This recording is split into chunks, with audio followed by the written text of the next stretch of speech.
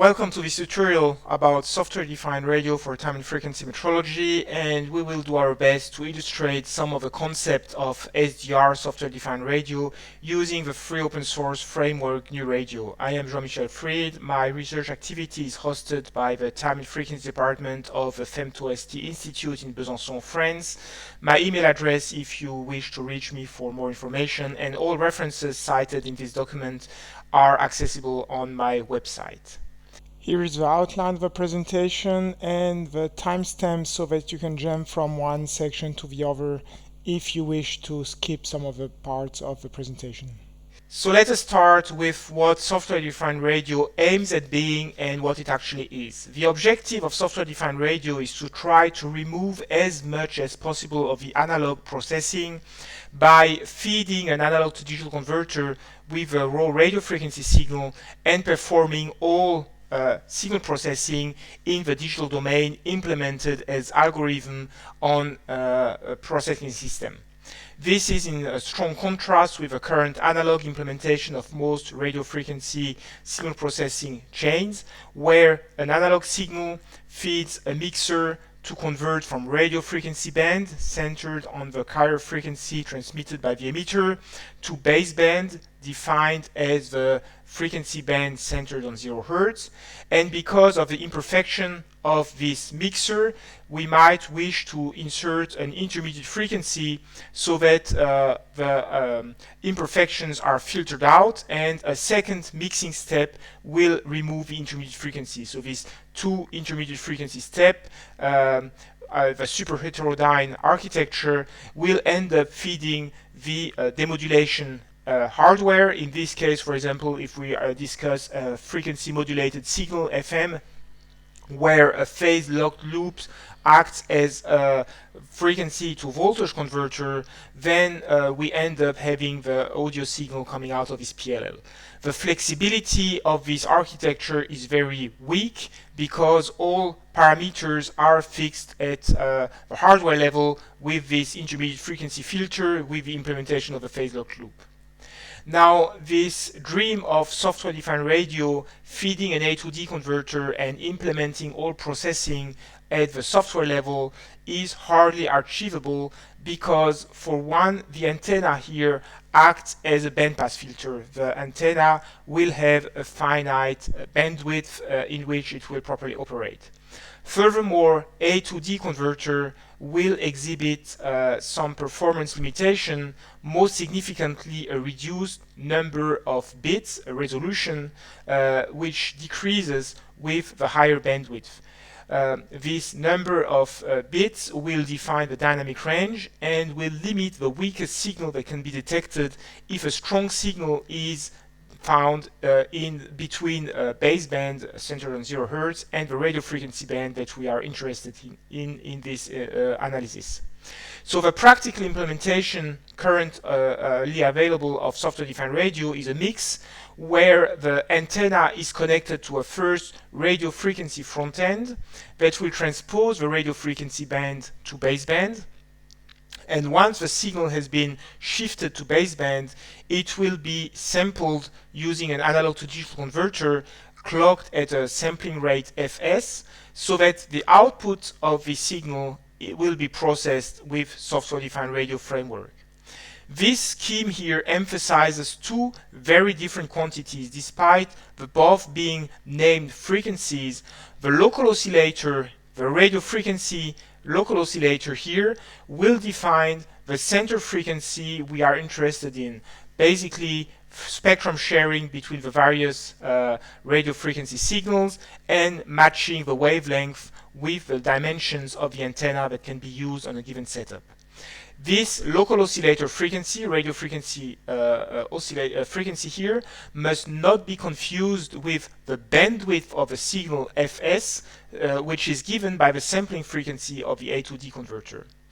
We will see in this discussion that the local oscillator will hardly matter throughout the discussion about software-defined radio, because the radio frequency band has been addressed with the radio frequency front end and has been removed early before even the same signal has been sampled. Throughout the discussion, only the sampling frequency and the bandwidth will be of interest. So why are we shifting the paradigm from analog signal processing to software-defined radio digital processing with its current implementation? David Mindel, professor at MIT, has extensively investigated the shift from analog to digital signal processing, especially since the Second World War and the 1950s, starting with Polaris missile IMU that led to the Apollo guidance system, as discussed in this reference here. And the argument of David Mindel is that digital brings stability, flexibility, and reconfigurability. Stability means that an algorithm doesn't drift over time. If we implement a processing system using an algorithm running on a digital computer, the outcome will always be the same whenever the time at which this is executed or whatever the environmental condition, as opposed, for example, to a capacitor whose permittivity changes with temperature or with moisture levels. Flexibility means that we can tune the operating conditions as a function of environmental conditions, like heating up an OCXO will not maybe be driven by the same parameters and stable operating conditions once the oven temperature has been reached. And finally, reconfigurability is the ability to invest once in hardware, and many applications will be applicable using this unique hardware. Furthermore, software-defined radio will provide some of the requirements of metrological systems, such as data logging, communication over network, user interfaces, remote control. So throughout this discussion, we will apply software-defined radio to oscillator metrology, time transfer, and timing. Now, because I'm not so much interested in time transfer in itself than its use, we will illustrate some of the timing capability of SDR systems using radar systems. Indeed, radar signals aim at time-stamping time-delayed echoes of signals transmitted and reflected by targets whose distance is given by the time of flight. So in the current architecture, we will focus in this scheme where a radio frequency front-end transposes radio frequency signal to baseband, and the signal is sampled at fs, the sampling frequency. To give you a hint as how rich this field is, a selection of some of references that I found in the literature discussing software-defined radio usage in physics instrumentation. I have, of course, not addressed any of the radio frequency communication article, which is the basic uses of SDR. So you will see here that some of the hardware that we will be discussing are used for laser frequency stabilization, for phase lock loop feedback control, lock-in amplifiers. We have some magnetic resonance imaging. This offer from NIST is discussing oscillator metrology using software-defined radio. 2016, we've got some ultrasound measurement. We've got some atomic and molecular optical physics investigation. So you will see that SDR brings you utmost flexibility. I do include some radar communication because, again, radar is closely related to time transfer. So this offer from JPL and the University of South Carolina, Samuel Prager, is discussing ultra-wideband synthesis beyond the limitation brought by the sampling rate of the A to D converter by using frequency stacking. And we see at the end here some other investigation on the radio frequency signal characterization. So you see that the field of software-defined radio in physical measurements and physical instrumentation is broad and rich, leading to multiple publications in various literature journals.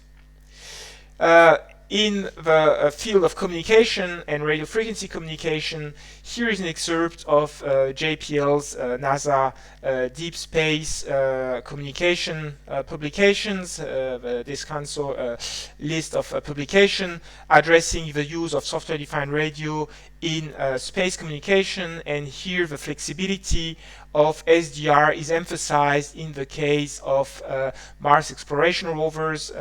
We recently had Perseverance landing on Mars, and such feat are eased by the link margins benefits brought by software-defined radio that can adapt to the communication conditions.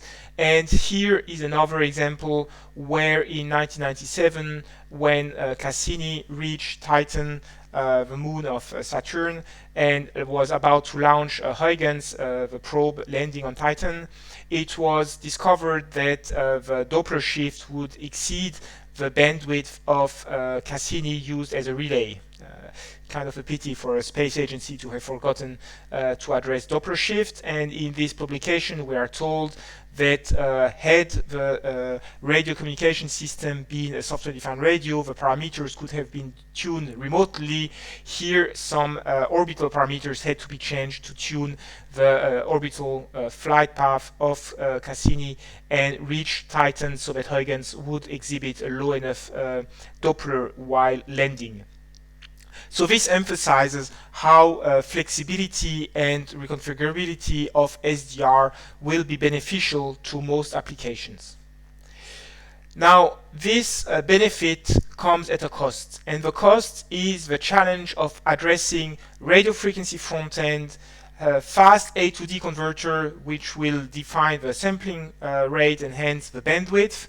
And such high bandwidth will necessarily mean some sort of preliminary processing using field programmable gate arrays. Only FPGA, which are fast and massively parallel, fast meaning multiple hundreds of mega samples per second being processed in parallel on multiple channels, will be able to address such data flow, usually using some rather basic algorithm for preliminary filtering or decimation before communicating the data to a general purpose central processing unit. Now, this means that at least three levels of abstraction need to be addressed. The radio frequency front end and the analog part, where amplifiers, mixers with the local oscillators and some filtering will feed the A to D converter. The A to D converter will sample the data at sampling rate fs, and some preliminary processing will be performed by the FPGA. The central processing unit will be able to run much more complex processing, including communicating with the users, fetching processing parameters, or data logging. So this complexity matching the radio frequency front-end knowledge with high HDL, high-level synthesis, description language, and general-purpose languages such as C++ and Python is hardly accessible to a unique person. So quite a few frameworks have been developed. Purple has been developed specifically for some physics measurements. Schiedel-Spinel HDL will try to provide a framework addressing both the FPGA and the communication with the CPU. And MyGen LiteX will give you some ease, especially for optics and laser stabilization experiments. Idealize also provides such frameworks. In the context of our work, we have developed the OSCIM Digital, the Oscillator Instability Measurement Platform digital framework for addressing this interface between FPGA, CPU, and preliminary processing in the FPGA. In the context of GNU Radio, Etus Research is providing RF-NOC, which is very centered towards Etus Research hardware. Etus Research is a company in California founded by Matt Etus and a massive supporter of GNU Radio. GR Verilog will give you some interface between the HDL languages running in the FPGA and GNU Radio itself. So these frameworks will ease the complexity of addressing all these layers. The FPGA to CPU communication might be either external through USB 3, through gigabit Ethernet, or could be internal through an AXI bus in the case of system of chips as provided nowadays by multiple suppliers, including Altera and Xilinx through their system on chips or Zinc CPU. Now, we will not get in the details in this presentation about these frameworks. I mentioned them so that you get started in processing SDR signals, but we will be discussing in this presentation GNU Radio. GNU Radio is a free open source signal processing framework with each digital signal processing block written in C++ or Python. The various data processing blocks are connected to each other through a Python script defining the data stream, could be C++ as well. And the main benefit of GNU Radio with respect to MATLAB or its free open source implementation, GNU Octave, or even Python with NumPy and SciPy implementation, is that GNU Radio will allow you for real-time processing of signals as opposed to Octave or Python post-processing. Furthermore, you will find it easier to get started with GNU Radio thanks to its graphical user interface, GNU Radio Companion, that allows you to assemble blocks without even considering programming Python scripts. So GNU Radio is of course found on this website, and we have recorded the basic tutorial on getting started with GNU Radio.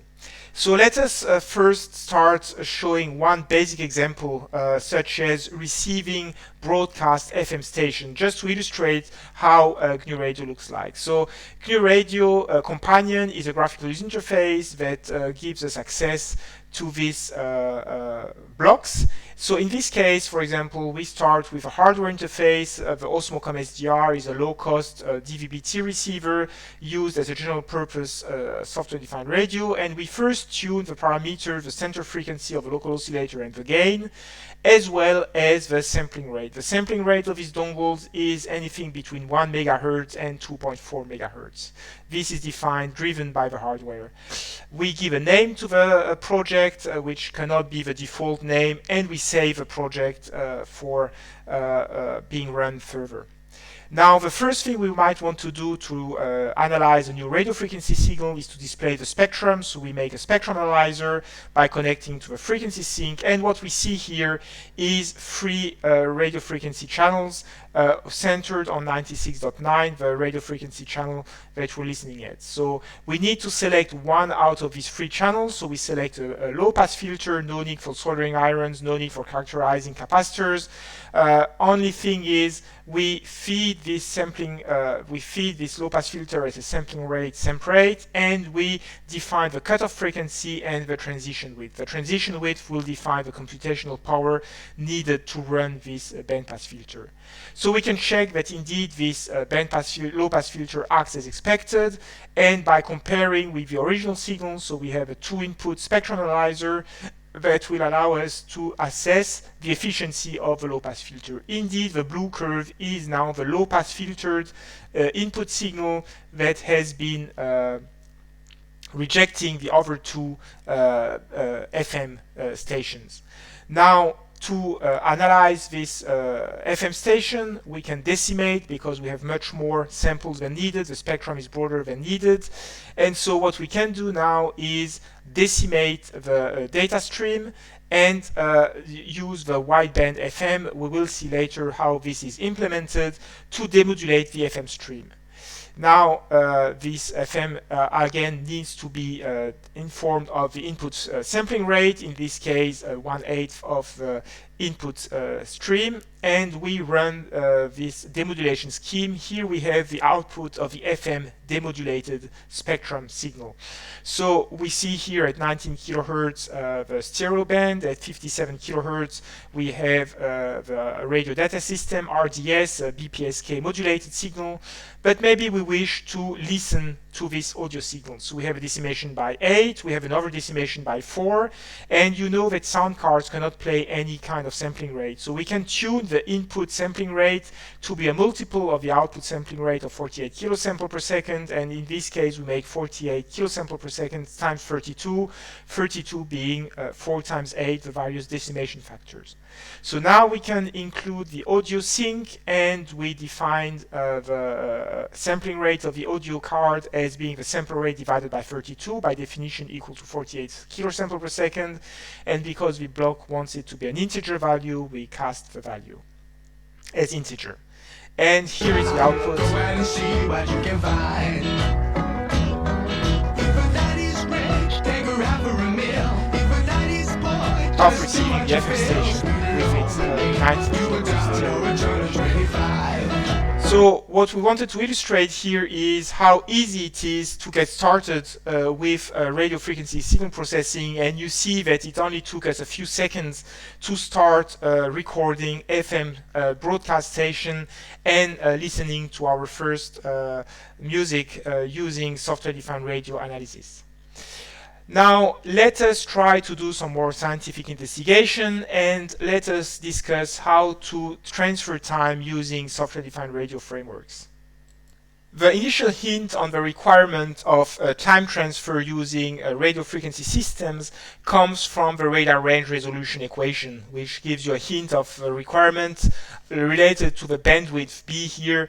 The radar range resolution tells you that the range resolution delta R is given by the timing capability of your radar system 1 over B, inverse of the bandwidth of the signal. And because a radar signal will be traveling two-way between a transmitter and a receiver, then this two-way trip means that we get a distance which is 1/2 of the trip it took, the time it took to reach the target. Now this is the 1/2 factor that you have over here, and we convert the time of flight t with a distance d by multiplying by the speed of light in vacuum c0. So you see here that the range resolution delta r is equal to 1/2 of the timing resolution multiplied by the speed of light. And this term here, the time resolution, will be given by 1 over the bandwidth of the signal that is being transmitted. So the objective to improve the range resolution of a radar, or to improve the timing capability of a radio frequency system, will be to try to maximize the bandwidth over here, the bandwidth B that we have in the signal that is being transmitted. And many means of increasing B are available. We can have a varying frequency, a chirp, that would be a frequency swept signal.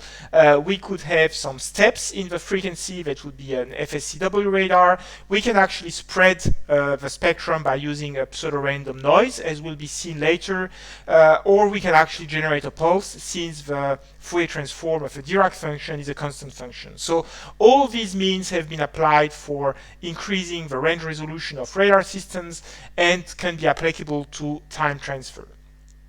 So the question is, we are sending a signal with as broad a signal as possible, and we wish to detect received time delayed copies of a transmitted signal. And this means we need to implement a match filter. Basically, this means that if we at some time send a signal, let's take the pulse, which is the easiest to intuitively understand, and we have time delayed copies of this pulse, we wish to find what are the time delays between the transmitted signal and the various echoes that we have received. The match filter, looking for time delayed copies of a transmitted signal, is called the cross correlation.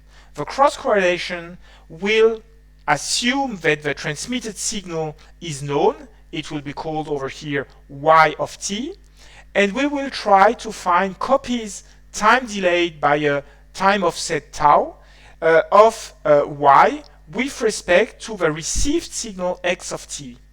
Now, if x and y are zero mean value random signals, then chances are that x will be sometimes positive, sometimes negative, y will be sometimes positive, sometimes negative, and the product of x and y will be a mean value of 0, sometimes positive, sometimes negative.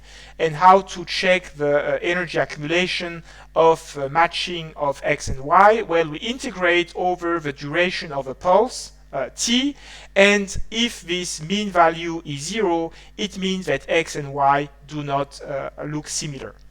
Now, if at some point the time delayed copies of y are found in x, then whenever y is negative, x is negative. Whenever y is positive, x is positive, and energy will accumulate coherently. This means that this integral will no longer be null, but will become positive. If x and y are phase opposite, it means that y is negative when x is positive, y is positive when x is negative, and your correlation might become a minus negative peak. That would be an anti-correlation, meaning that the return signal is out of phase with the transmitted signal.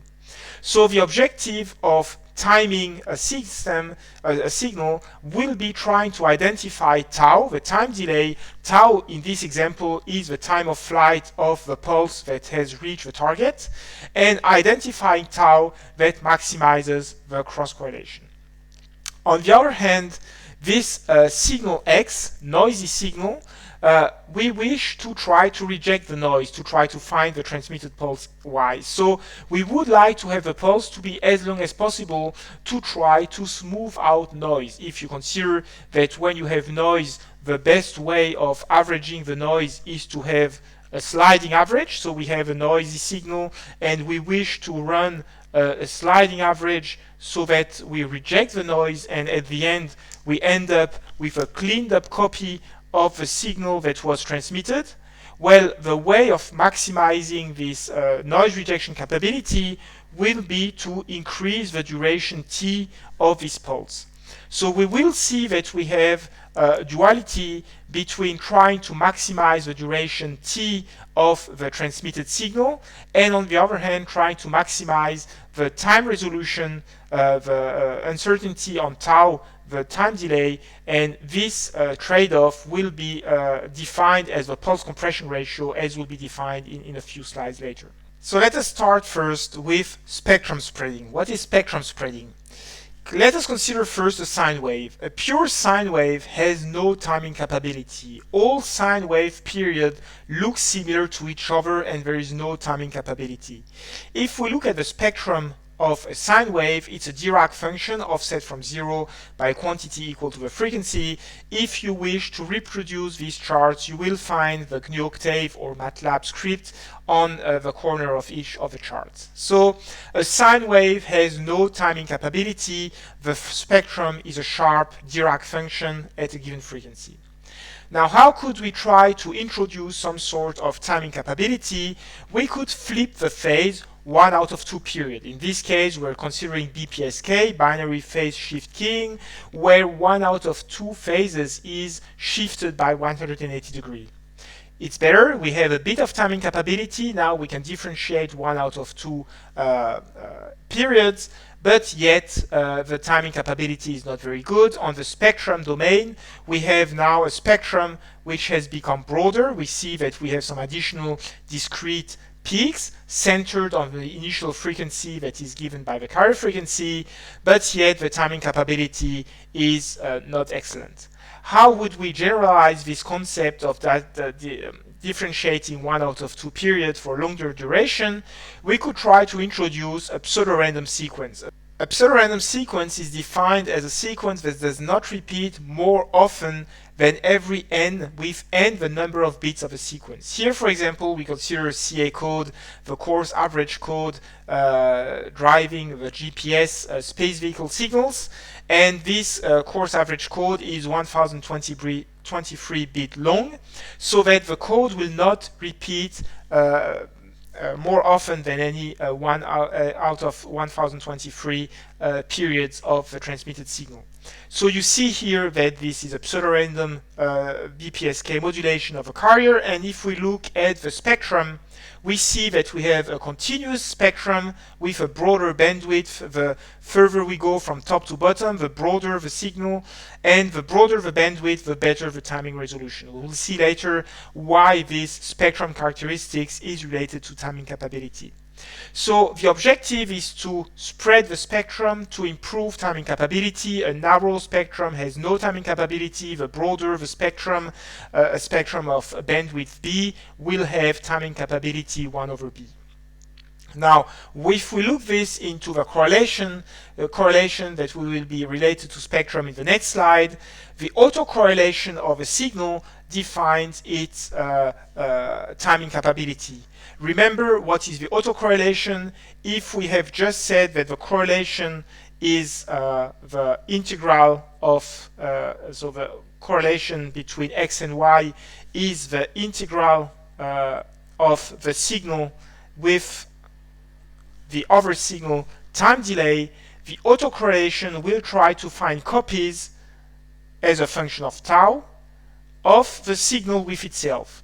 If a signal does not look similar to itself, then we will not have additional peaks other than the time delay tau equals 0 that will say the signal looks similar to itself with a 0 time offset.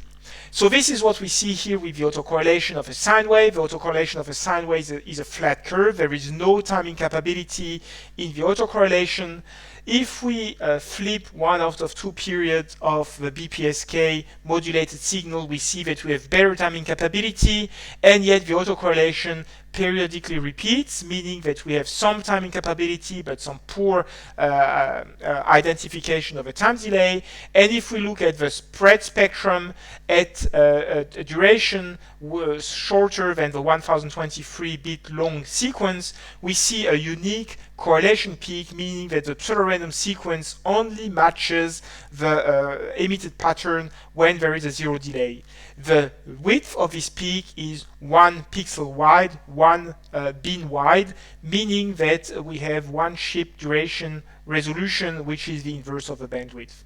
So you see here that the broader the spectrum of the signal, the better its autocorrelation, and the narrower the timing capability. So where does this relationship between spectrum and autocorrelation come from? Remember your convolution theorem.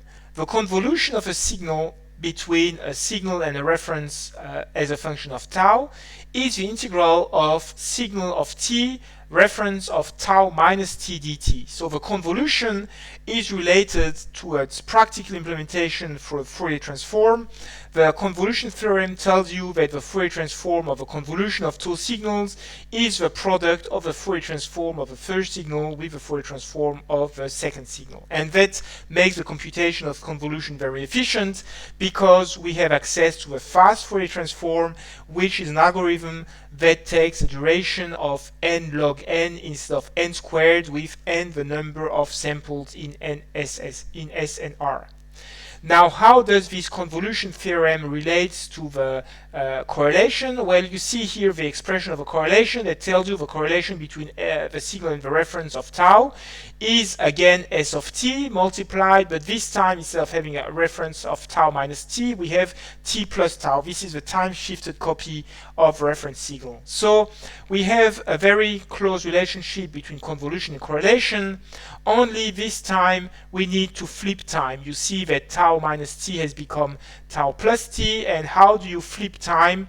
Well, if you look at the complex conjugate of a harmonic signal, exponential of j omega t complex conjugate is exponential of minus j omega t. So we conclude that the Fourier transform of a correlation between two signals is the product of the Fourier transform of one signal multiplied by the complex conjugate of the Fourier transform of the second signal.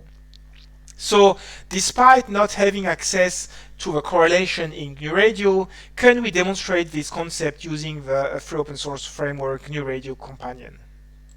So let us implement together a correlation demonstration using GNU Radio Companion. We start by searching the noise source because we need to have access to a broadband signal. Now, we first wish to check that indeed the spectrum of this source is flat, so we can have a look at the Fourier transform, as opposed to the previous case where we had an audio sync that would clock the signal. In this case, it's only a virtual simulation, and we need to tell GNU Radio to slow down the data rate. This is achieved using the frontal block. Let's try to generate 1 megasample per second to make analysis easier.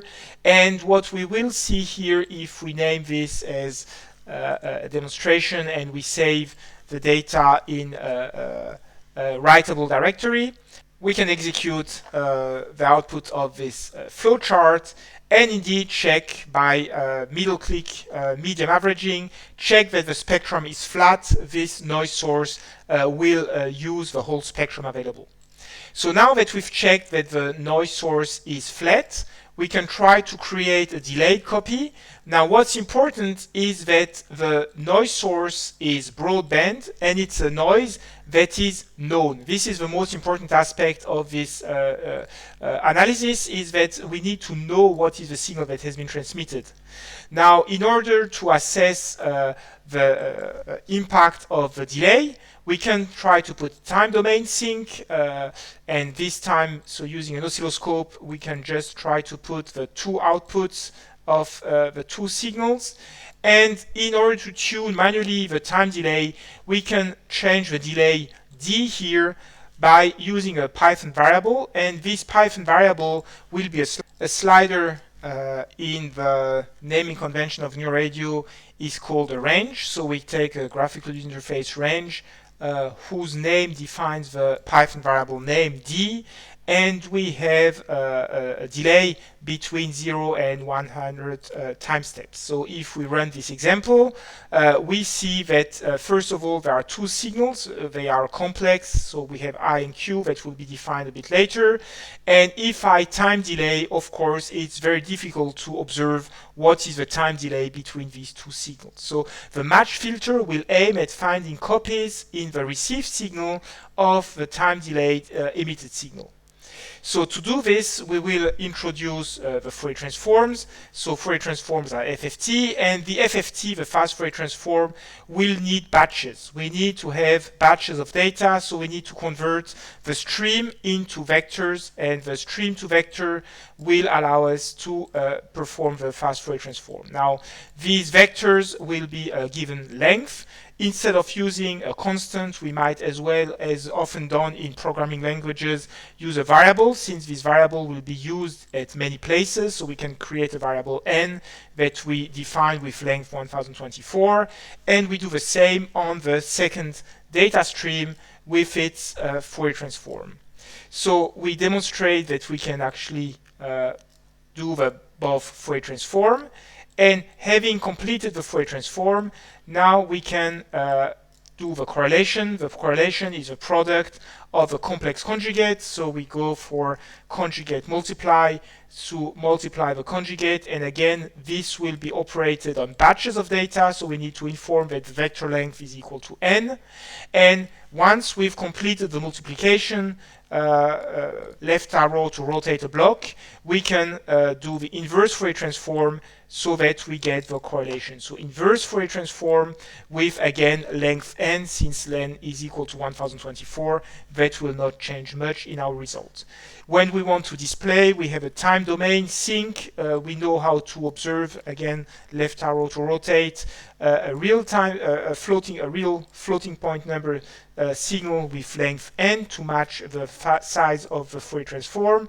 We need to convert vectors back into streams, because this is what the time sync expects. So length n batch, and this will go from the FFT to the time sync, and the only thing we need to get is the magnitude of the Fourier transform, so we convert the complex to magnitude. So here we have a complete data flow to process the correlation. So again, we can run this, and if we auto scale on this chart over here, by moving the slider, we see that indeed we can detect finally the correlation peak. Now the correlation peak is on the extreme right instead of being at the center. So to change this issue, we actually have to change first the direct Fourier transform are called reverse, and then we go this guy as a forward. Forward and reverse are just naming conventions, and by using this trick here, we can get center middle button auto scale.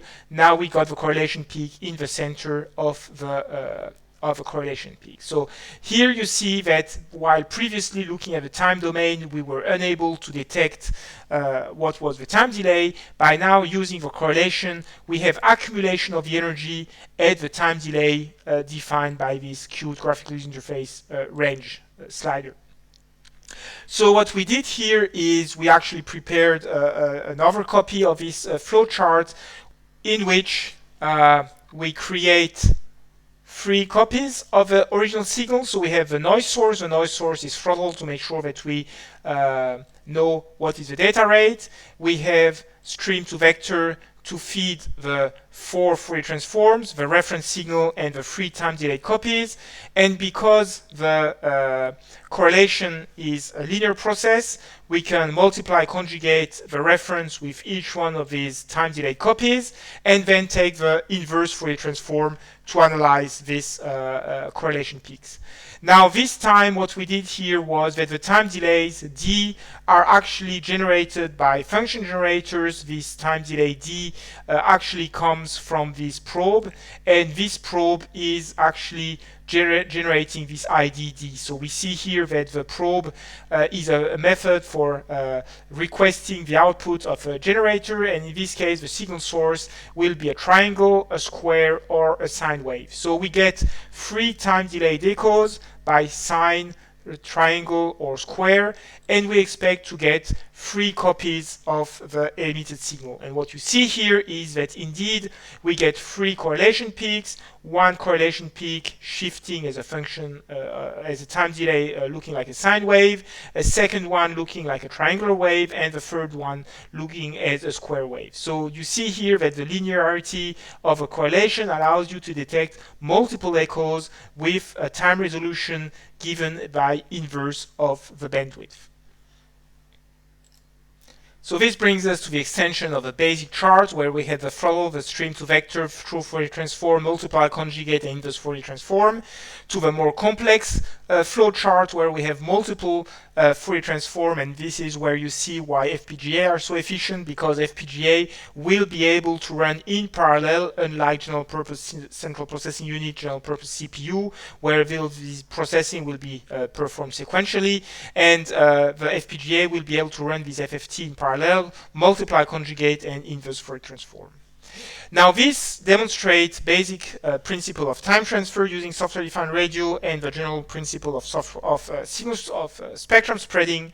And now we introduce the pulse compression ratio, PCR, which states that the longer the code, the better its noise cancellation capability. What does this mean? Let us consider a sine wave and a sine wave to which we add some noise. So this is the noisy signal that is transmitted, and we wish to identify the time delay. So as we've seen earlier, all periods of a sine wave look very similar. So indeed we have a long sequence of sines with all sine periods looking similar, so that when you autocorrelate this signal, this is the blue curve over here, we have cleaned up the noise that was added thanks to the integral sliding over time duration t. However, the timing capability is very poor. We see that we have a rectangle, a triangular shape, which is the convolution of a rectangle. Why is it?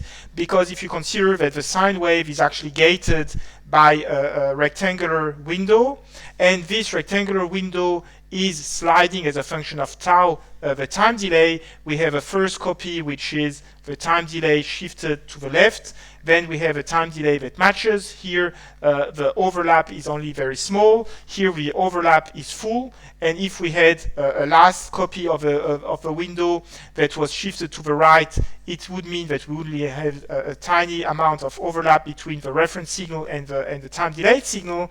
And this triangular shape that we have here is actually the shape of this overlap of the rectangular window as the measurement signal is sliding over the reference signal.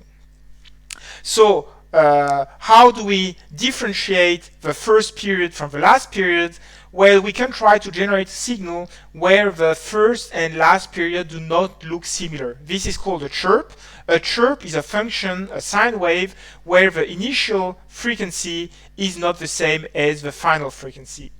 And if again I overlay some noise in top of this chirp, we have a noisy signal, but this time the correlation chirp here is the black curve, and we see that the width is given by the bandwidth, and the bandwidth is given by 5 minus 1 equals 4 kilohertz. So instead of having a very narrow bandwidth which is equal to the duration of the sequence here, now we have a bandwidth that is given by the starting frequency minus the final frequency, and indeed the cancellation capability, the noise cancellation capability remains, but now the correlation peak has narrowed down to inverse of the bandwidth.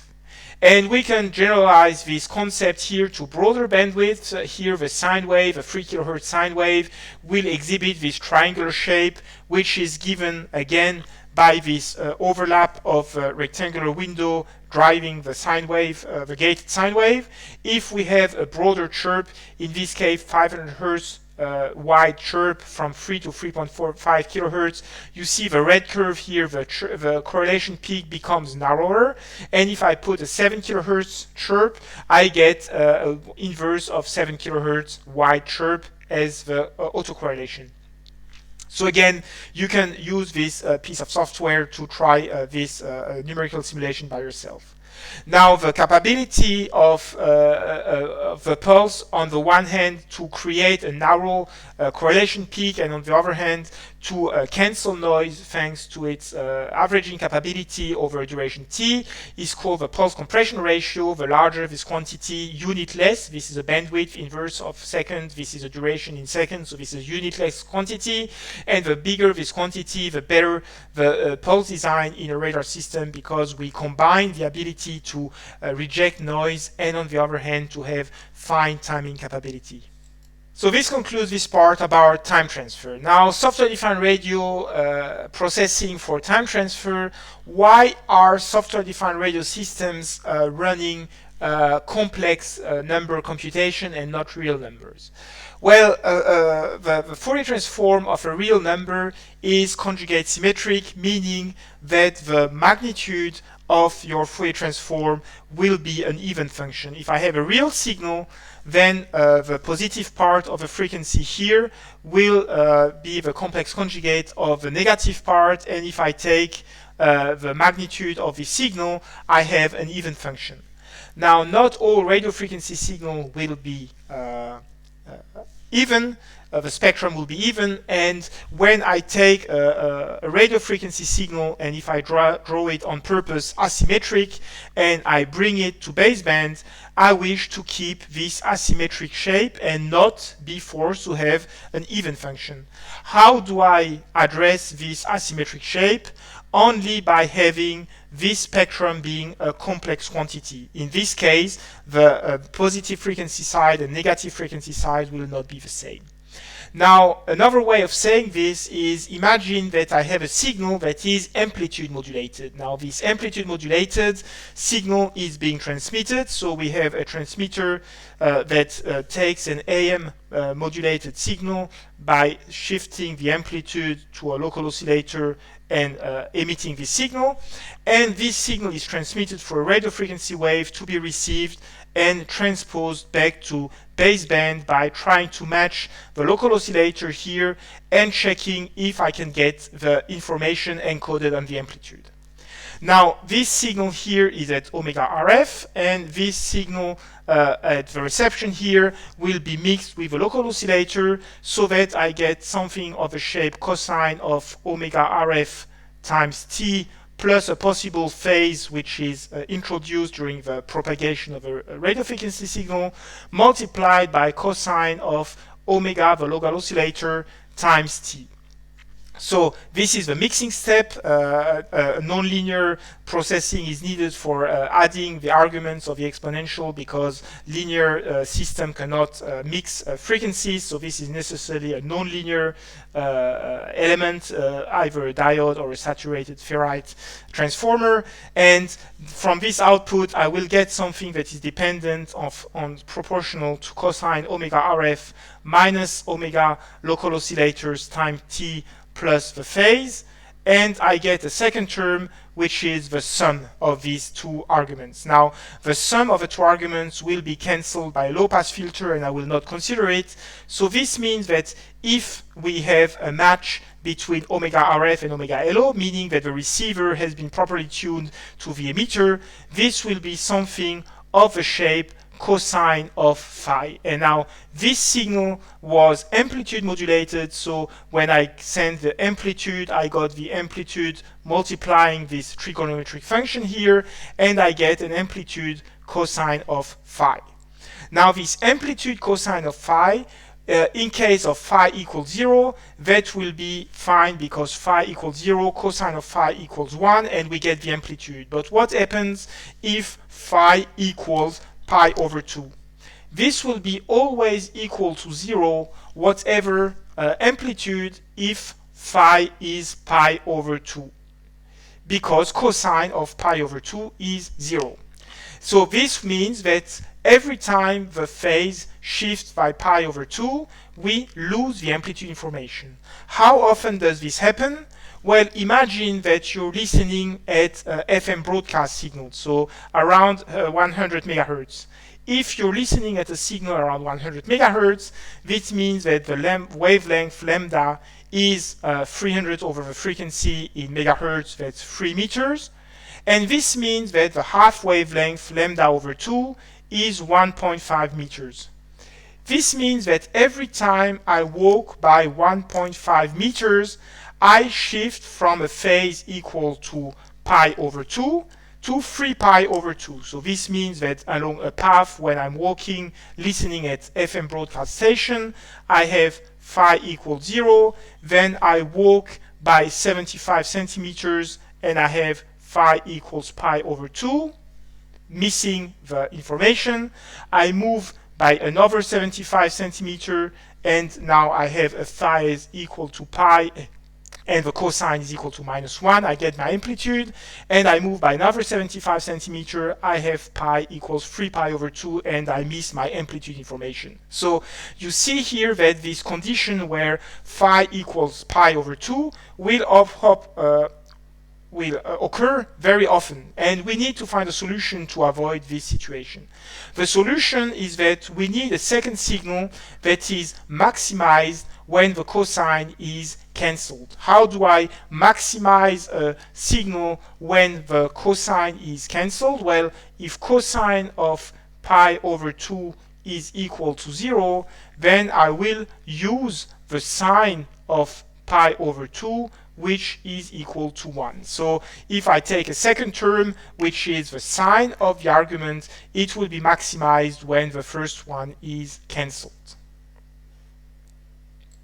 So looking at the trigonometric circle, if I have two signals, one that is maximized when the other is cancelled, if I look at my cosine, which is on the x-axis, and my sine on the y-axis, we see that they are shifted by 90 degrees. So the solution is to say, rather than having a single local oscillator, we will be creating two signals. The local oscillator will be mixed with the input signal that we wish to detect, and this will be called the I component, which is equal to the signal times cosine of omega LO.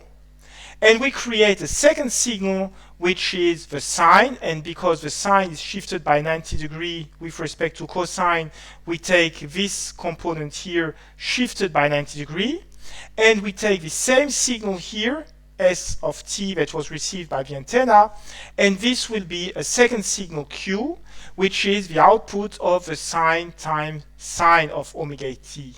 And because this time the multiplication of cosine by sine will create sine of phi, in one case we get cosine of the phase if omega LO is equal to omega RF. Here we get the sine of the phase, and we see that in both cases, when one quantity is maximized, the other is cancelled, and reciprocally. So this quantity here, I and Q, will match the algebra of complex numbers, namely that Q will be something that is amplitude of sine of phi. The I component is something like amplitude cosine of phi, and this matches complex number algebra where the amplitude is square root of I squared plus Q squared, and the phase is arctangent of Q over I. So this means that we will naturally express Q and I as I plus JQ j square equal -1. And throughout analysis of software-defined radio algorithm, we will see that we will handle I and Q components matching algebra of IQ complex numbers. So this is actually what the radio frequency front end looks like. We have a variable gain amplifier and an IQ detector where local oscillator is shifted by 90 degrees to create the sine and cosine. The A to D converter is two synchronous channels sampling I and Q coefficients, and this bandwidth sampling frequency Fs will stream IQ data to be processed using the software-defined radio algorithms. So this summarizes the basics of IQ demodulator. However, there's a challenge in that the analog implementation of IQ demodulator will exhibit imbalance. Imbalance means that your I component might be a signal of t times cosine your local oscillator, but the Q component, the quadrature component, might exhibit a bit of imbalance in the amplitude. The amplitude might not be 1 but 1 plus epsilon, and your phase might not be equal exactly to 90 degrees. You might have some phase shift. Now, an analog IQ imbalance needs to be calibrated and compensated for, and what we learn here on the European Space Agency Sentinel-1 spaceborne radar is that the instruments receive module performs the demodulation in the digital domain. Therefore, IQ gain imbalance and non-orthogonality corrections are no longer necessary. What does this mean? This means that actually you can perform IQ transposition as a two-step operation where you first roughly go from radio frequency band to baseband using an analog mixer and a unique mixer that will not be prone to imbalance issue because there is a unique mixer. And after digitization, perform a second complex transposition using a numerically controlled oscillator from IF bandwidth to baseband. What does this mean in terms of spectrum?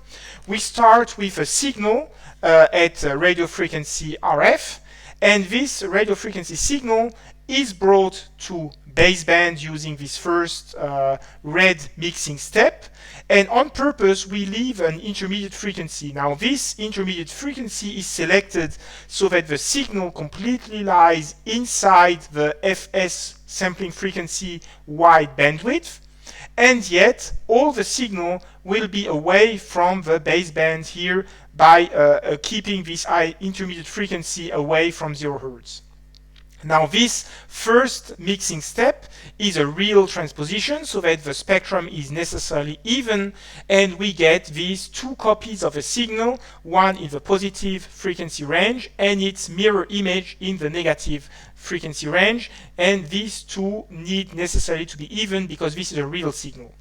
Now what we need is to take this signal and bring it to baseband. Now we first convert these analog signals to digital signals, and the second transposition, the complex transposition, is performed in the digital domain. Now in the digital domain, when you write as a digital algorithm cosine of omega IFT and sine of omega IFT, these two quantities are necessarily of magnitude 1 because that's the algorithm of cosine and sine, and by definition they will be phase shifted by 90 degrees. So this means that now these two quantities of a spectra are shifted by IF, intermediate frequency, meaning that this guy comes to 0 Hz and this guy is shifted by IF away from the 0 Hz. A new low-pass filter implemented as a digital low-pass filter will cancel this image over here and keep only the baseband signal, and this time this transposition is not plagued by IQ imbalance because this last step was performed as an algorithm. So this is why Sentinel-1 claims there is no IQ imbalance issue to be solved, because digital domains provides exactly quadrature conditions and equal amplitude I and Q components.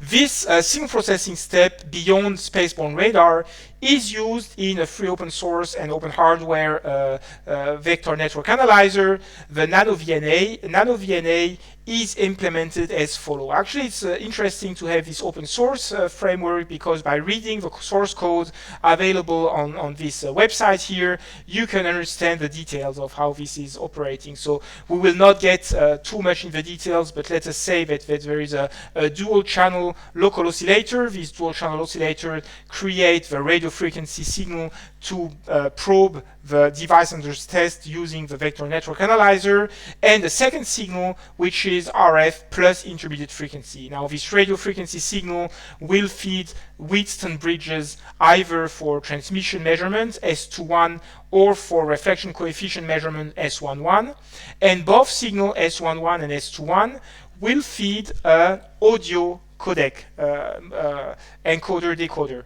This audio codec operates at 48 kilohertz. It's the same as would be used for a sound card, and the reference signal also feeds this audio codec. Now, both signals have gone through mixers so that the radio frequency signal has been removed and only the intermediate frequency is left. So the Wheatstone bridge output of the S11 and S21 are at FRF minus FRF plus IF, meaning that we get a signal that is shifted by IF, and this audio codec will sample a signal at omega IF. Again, this reference signal is also mixed between RF and IF so that we get a copy of the reference channel to get the ratio S11 divided by reference or S21 divided by reference, again shifted by IF. And why do they do this? Because now this is a simple mixer, and by having the last step as a mixer digitized inside the codec here or the STM32 microcontroller running the algorithm, we learn by reading the software that actually the frequency offset is 5 kilohertz, and 5 kilohertz is indeed the value we found in DSP.C that performs the last transposition using a sine and cosine table. So the lookup table is by definition by exactly 90 degree phase shifted and same amplitude, and we end up with the two quadrature components with no IQ imbalance. If you look at the output of this nano VNA, which actually operates in the few megahertz to 300 megahertz range, you get results that are very comparable with a Rode and Schwarz state-of-the-art network analyzer for a cost of about 30 euros. So this is quite an amazing piece of equipment using this basic principle that the final digitizing step of IQ transposition is performed in the digital domain rather than the analog domain to remove this IQ imbalance uncertainty. Now, we've seen this first benefit of digital in solving the IQ imbalance issue. What is the second benefit that can be considered for a digitized system, discrete time system? Aliasing. Aliasing is the result from the hypothesis that discrete time signal Fourier transform is periodic. What does it mean?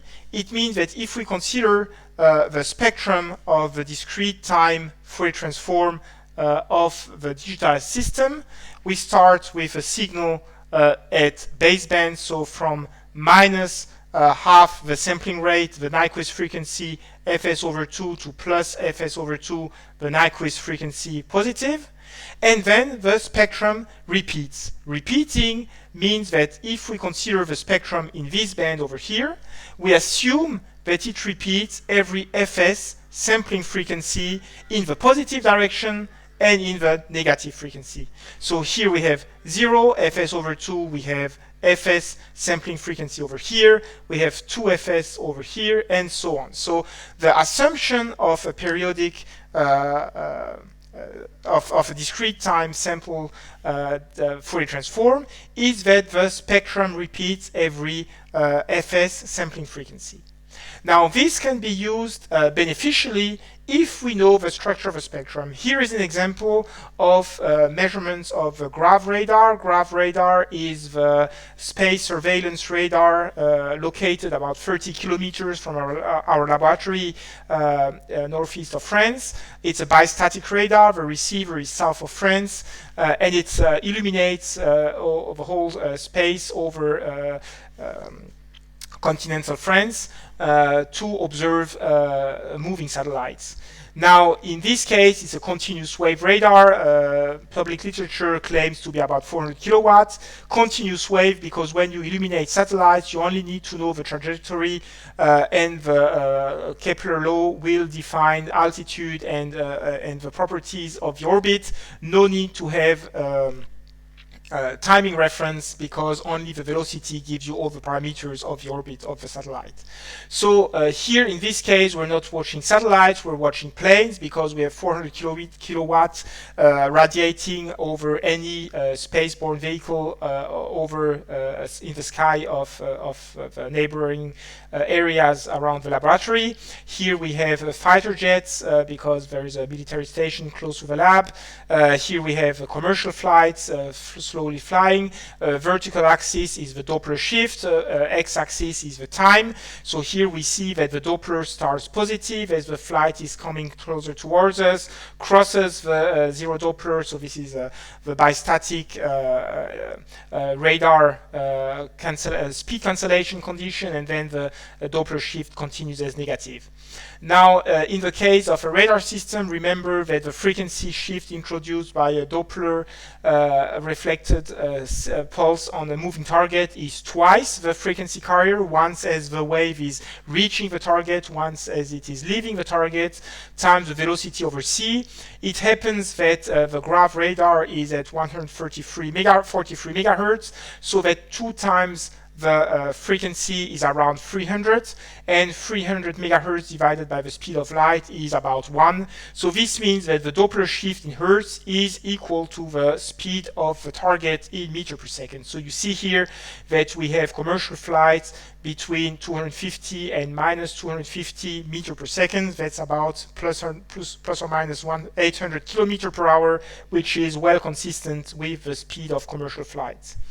In this case, what we're doing is we're clocking this sampling system using a white rabbit synchronization network, which shares 10 megahertz and 1 pulse per second, 1 PPS pulses for synchronization. And if you were to clock such systems using the white rabbit with a first mixing stage, then you would be challenged to synchronize the various mixing stage for frequency transposition. So if we introduce here this mixer that we've just seen earlier, then this local oscillator might be free drifting, even though you might be synchronizing the sampling frequency here of the A to D converter. These local oscillator, which are usually generated by phase locked loop, this PLL, we have a random phase offset depending on the condition, temperature, and the set point values. So these local oscillator will be very difficult to synchronize. So what we're doing here is actually we're not introducing these 2 steps frequency transposition. We are using on purpose the alias of the 143 megahertz in the 200 megasample per second acquisition. So what does this mean in terms of spectrum? We start with the graph signal at 143.05 megahertz because we're sampling at 200 megasample per second using an X310 Etus Research front-end radio frequency receiver. It means that we have an Nyquist frequency at half the sampling frequency at 100 megahertz, and we create the image of 143 megahertz observed in baseband at 56.95 megahertz. So if we demodulate at 56.95 megahertz, which means that the FPGA will perform a frequency transposition to bring this signal at baseband, and because these are rather narrow band signal, we're only looking at plus or minus 600 hertz on both sides of the carrier. So this means that the chances that another signal is aliased to this frequency band is minus.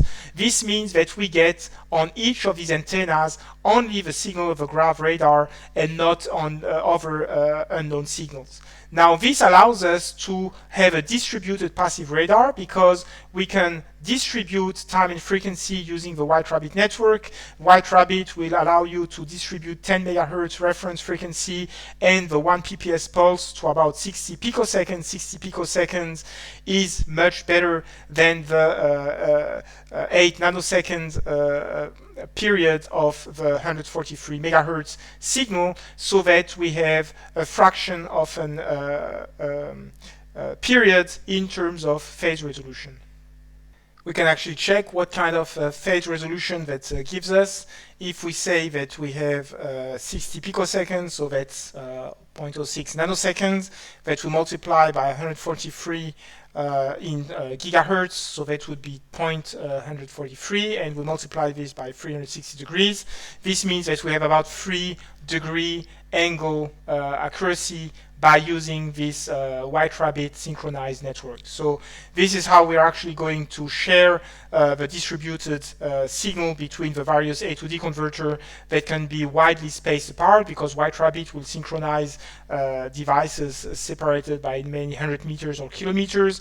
And by using this distributed radar system, we can analyze direction of arrival by using the phase shift, and from the phase shift we can identify the direction where the signal is coming from. So here we have two pair of antenna, that's antenna 1 minus antenna number 2, this is 1 minus 3, and we see here that the phase starts as negative, it's light blue, it's shifted towards 1 radian, and then it becomes red. So we have this different direction of arrival, and here we have this different phase for the second antenna.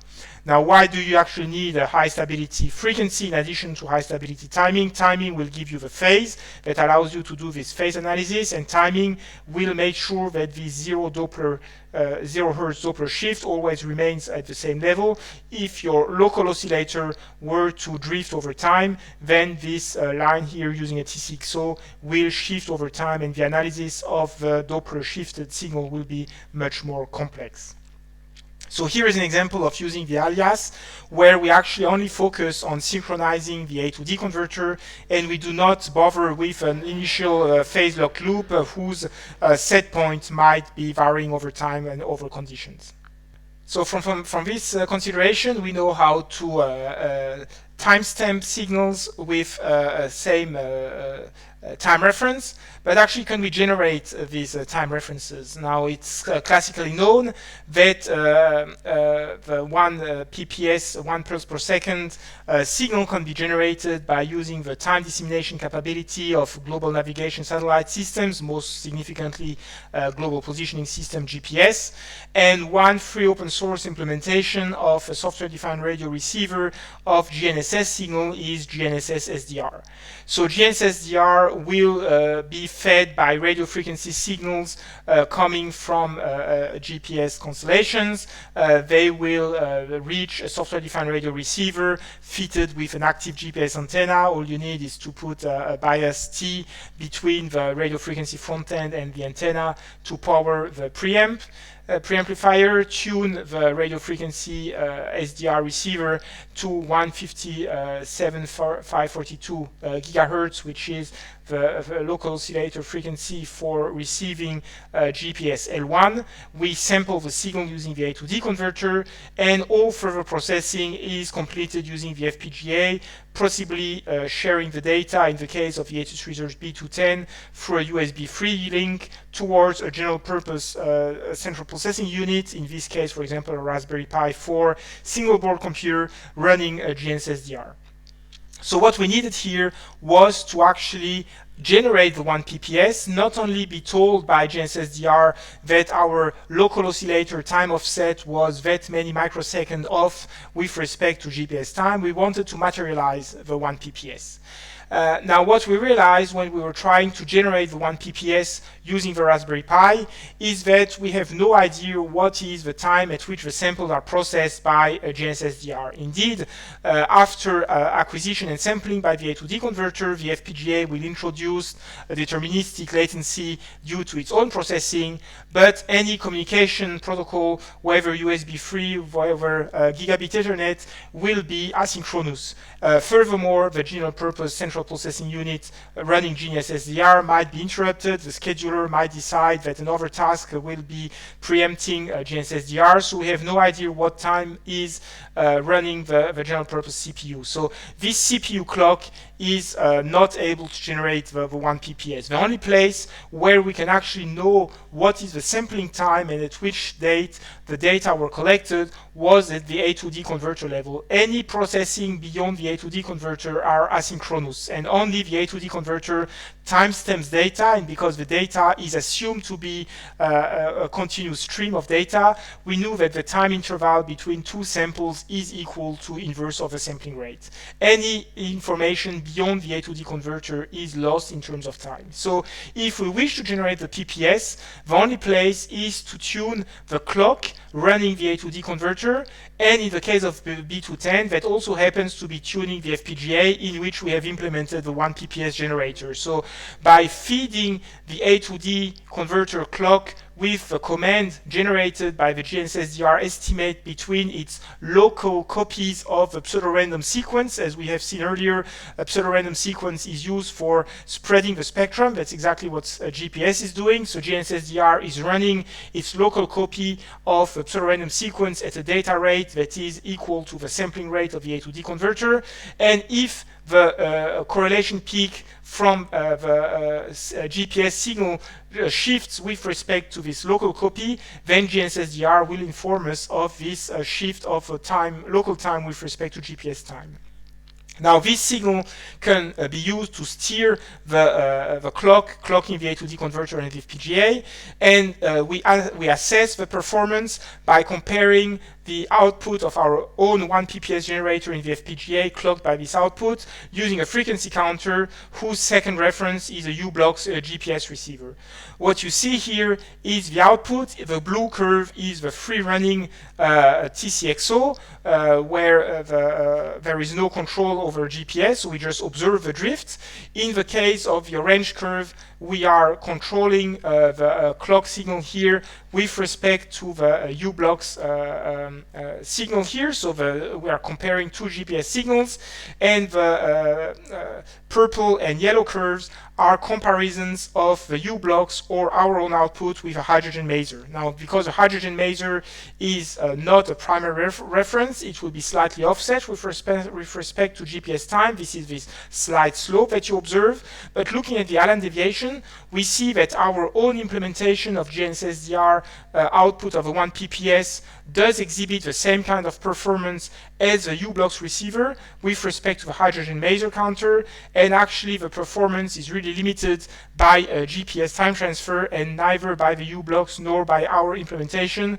In this three-corner hat analysis, we see that each double comparison exhibits the same kind of performance, so it is the GPS time transfer capability that limits Allen deviation. So we have here a 1 over tau Allen deviation decay, which is consistent with the control of the signal clocking the A to D converter with the primary references of the GPS tiered hydrogen masers, spaceborne hydrogen masers. So this demonstrates that the clock signal that will allow you to timestamp software-defined radio samples is only at the A to D converter level, and any time beyond the A to D converter is lost because of the asynchronous processes. Now, this is most significant also in closed-loop control delay and control systems. This is an example of an optical link stabilization control loop where we have two reference and measurement channels at a frequency offset. This frequency offset is removed. This is all running in an FPGA by a numerically controlled oscillator, complex valued, and we feed the control system using a PI controller. So we have two channels. We have two PI controllers. This PI controller is expanded and shifted to match the word driving the output numerically controlled oscillator, and this numerically controlled oscillator will drive an acousto-optic modulator.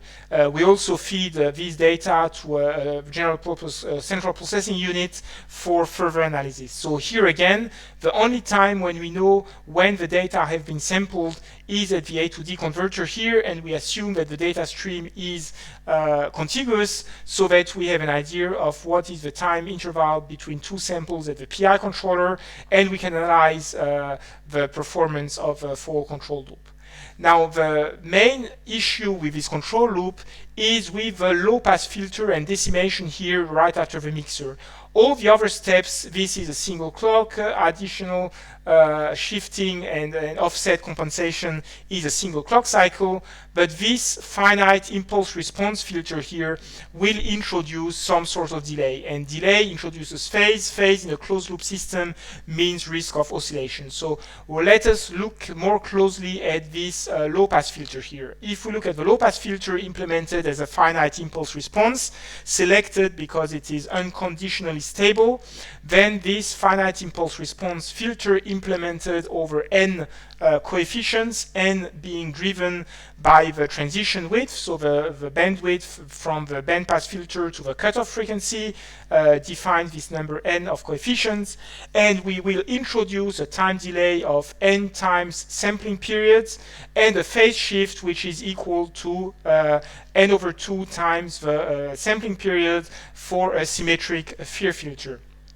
So this means that if we increase the number of coefficients, indeed we improve the rejection capability because we have a sharper low-pass filter. We are able to more quickly reject unwanted components in the cutoff band. However, we see that the phase shift here raises, the slope rises as the number of coefficients increases. This is on the 14-bit red pitaya fitted with a Zinc 1010, which can only handle 32 or 64 coefficient FIR filters.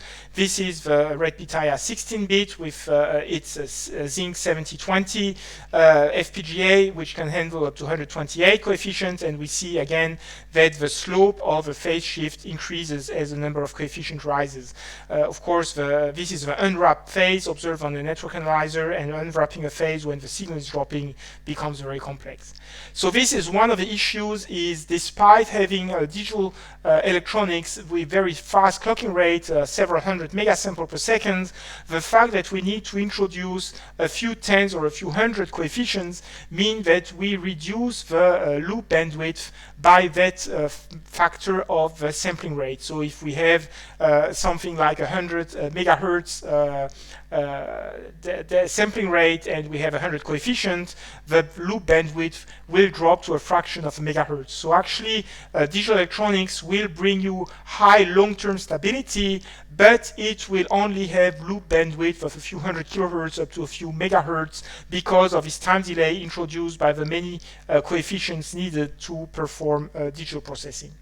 Another drawback of digital and software-defined radio is the limited dynamic range. We introduced earlier that the faster an A to D converter, the fewer the bits, and the range, if you take 20 log of the 2 to the minus n with n the number of bits, well, 20 log of 2 to the 8 or 256 will be 48 bits. With 16 bits, we reach 96 dB dynamic range. This means that if in the analyzed bandwidth a strong signal is 96 dB stronger than the weakest signal, then the weaker signal will be below the quantization threshold and cannot be detected. So this is a major limitation, especially for radar application, where the return signal drops as the fourth power of the distance, and this low dynamic range might not be an issue in benchtop experiments, but for over-the-air reception, this will be a limitation. Finally, the last limitation we wish to introduce is the representation of the numbers. And again, here the open source framework of GNU Radio helps us understand some of the limitation of the representation of floating point numbers. Now, computers should only handle integers. Integers are deterministic arithmetic.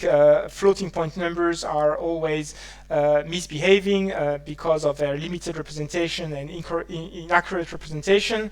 And here is a demonstration of the trigonometric function.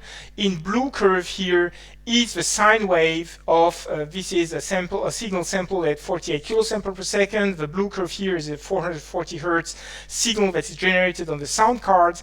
And what you see here is that when the center time is 0, this is 440 hertz centered on 0 time delay, then we have a nice sine wave.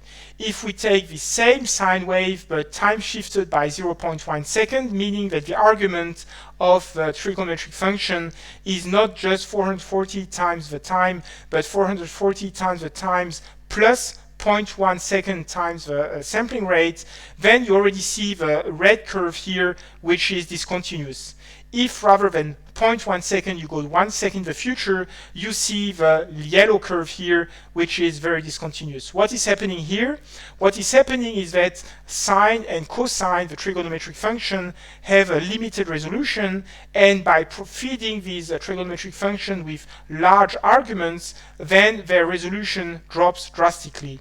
So in this case, for example, you define time as being index number, 0 to infinity, or a bit lower because infinity is very large, divided by the sampling frequency fs. So this gives you your time step ts, period of sampling, and your numerically controlled oscillator will be equal to exponential of j2 pi, f, the frequency that you wish to output, times t being sampled at fs. And what you see here is that if we wish to do a frequency transposition, we take the signal and we multiply it by the local oscillator. This is your digital electronic local oscillator transposition. And now the issue is that if you let the time run, well, your local oscillator loses resolution. And this is where we learn from GNU Radio that GNU Radio is careful to increment the phase and always keep a phase between minus pi and pi, where the trigonometric function have the best resolution. If you let time increase and go well above pi, then your sine function will resolution will decrease, and you will have a poor quality local oscillator. So here is an example where you need to be careful about handling the phase. Of course, this is because GNU Radio handles floating point number. You might reduce this impact by using double resolution floating point, 64-bit, but this only extends the range and doesn't solve the problem. And furthermore, this will increase the computational load to 64-bit floating point numbers instead of 32-bit point numbers. So these are some of the drawbacks of software-defined radio: limited range, time delay, limited bandwidth, and limited resolution due to the floating point number description. One last limitation of the software-defined radio hardware that we've described with its direct conversion is the so-called local oscillator leakage. Local oscillator leakage comes from the fact that a mixer is not perfect. A mixer that was initially the reason for introducing the super heterodyne architecture that we introduced in the very beginning. When Armstrong introduced the super heterodyne architecture, that was to avoid oscillation of the amplifier that was located after the mixer. And in this case, what you see is that your local oscillator will leak some energy either directly through the amplifier here and back into the mixer. So this direct signal and the signal that has gone through the amplifier here will create a DC offset, because these frequencies by definition are at the same frequency and they will create a DC offset. You might have a strong interferer, or you actually might have some local oscillator leakage through the antenna, time delayed and returning through the amplifier. So this local oscillator leakage is very well visible on the low-cost digital video broadcast receivers, direct sampling systems that we discussed earlier. If you zoom into the x-axis, into the frequency axis, you see here the local oscillator leakage, that this peak at 0 Hertz. And if you have a signal that you want to analyze close to the local oscillator leakage here, well, this is your red curve. The signal that you want to analyze here is the phase of the signal is polluted by the local oscillator leakage, that this high frequency component on the phase measurement. So what we can do is actually we can introduce a translating FIR filter as an intermediate frequency transposition. So what we do is actually on purpose, we receive here the signal frequency shifted by intermediate frequency, making sure that the signal under investigation is within the baseband, so within half the sampling rate minus half the sampling rate. And then we do a frequency transposition digitally. And this operation is so common that is implemented in GNU Radio as a frequency transposition followed by the low-pass filter that you see here in blue. And this frequency transposition plus low-pass filter is called the frequency translating FIR filter. Then we low-pass, and if we display in blue here the phase after removing the LO leakage and bringing the signal to baseband, we have here the phase clean from this local oscillator pollution. Now this can be demonstrated, this frequency translating FIR filter can be demonstrated in another practical analysis of FM band listening that we started earlier, and this can be done for listening to 2 radio frequency stations simultaneously. So starting from the flowchart that we had finished with earlier, we take now this dual FM station listening chart. So we have here our radio frequency source. The radio frequency source feeds the low-pass filter, and if we look at spectrum here, we see that we have a second station at -700 kilohertz. So what we might want to do is listen to the second station by doing this frequency transposition, and this is implemented by the frequency translating FIR filter. So what we're going to do is shift by the 700 kilohertz over here. This is the frequency transposition of a local oscillator, and we select the taps as being equal to 1. Remember that the taps are the FIR filter, so we say that y is equal of sum of x with a sum of x equal to 1. Well, you see that the output is equal to the input, and we just copied the output to the input. And now we see that what used to be at -700 kilohertz has been shifted to baseband. So now we have 2 signals. We have a first FM station centered on 0 hertz, and we have a second FM station that has been shifted to 0 hertz. So now we wish to filter this second FM station by introducing a low-pass filter. This low-pass filter, this time we will define the cutoff frequency as a fixed value. 120 kilohertz is about the bandwidth of the FM broadcast station. And what we see now is that we will have the 2 channels correctly selected by applying this FIR filter. So we apply the taps that we have just defined, and now we've got the first station centered on 0 hertz, which has been filtered, and the second station as well. So now we have these 2 stations that we can listen to simultaneously because they have been both brought to baseband and they are both filtered out. So if we wish to listen to 2 stations, what we actually can do is have a linear combination of these 2 station audio frequency output at the output of the FM demodulators. So we have these 2 FM demodulators generating this sound. Remember that we sample at 48 kilohertz times 32, so we have a decimation of 8, decimation of 4 in both processing steps. And now that we have these 2 outputs at 48 kilosamples per second, we can decide to multiply each one of these outputs by a fixed gain, and this gain will actually be a variable k. This variable k that will be selected between 0 and 1 will tell us the fraction of signal from the first station or the second station that will feed the sound card. So we take the second station as 1 minus k. Now we feed the sum of these 2 channels at the audio output. So we sum these 2 signals. They must be selected as being floating point numbers, and we take this to the sound card.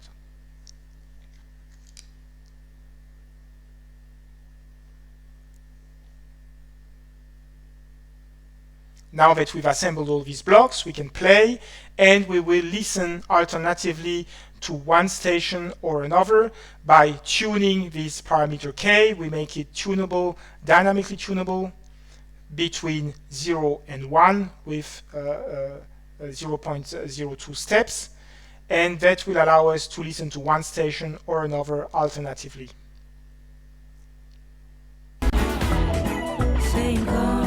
Off stations,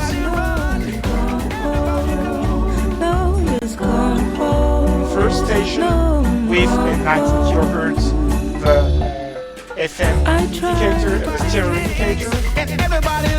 Second station, everybody's jealous, everybody upset, everybody's anxious, everybody's both stations, and again on the first station. So here we can listen to as many signals as there are in the sample band, so the bandwidth that was collected in the baseband. So beyond listening to 2 stations, why is this local oscillator leakage an issue?